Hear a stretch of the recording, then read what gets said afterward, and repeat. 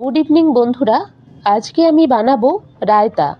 প্রথমে oven on করলাম, তাতে আমরা কড়াই বসালাম।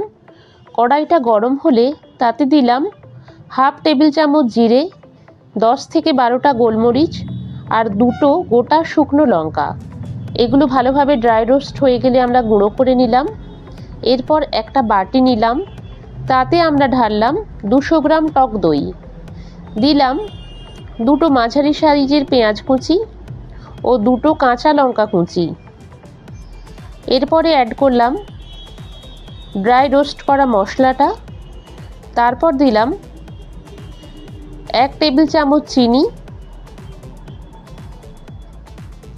অ্যাড করলাম হাফ চা চামচ বিট নুন,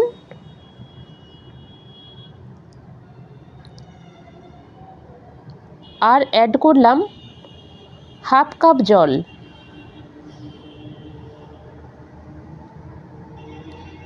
তারপর চামচের সাহায্যে ভালোভাবে ফেটাতে থাকলাম মিশ্রণটা।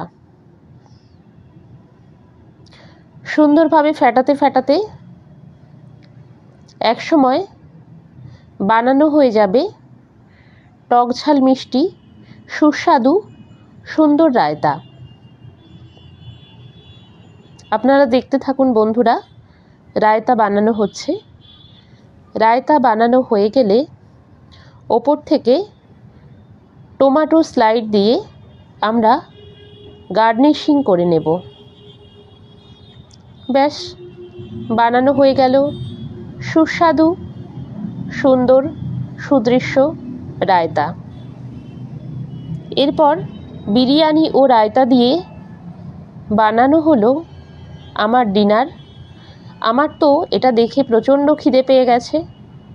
তারপর কি আর করার আছে, বসে গেলাম ডিনার করতে। আপনারাই কমেন্ট করে জানান বন্ধুরা কেমন হয়েছে। আপনারাও রায়তাটা বানিয়ে দেখুন।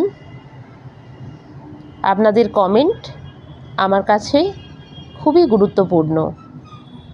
তাহলে আজ এই পর্যন্তই। টাটা।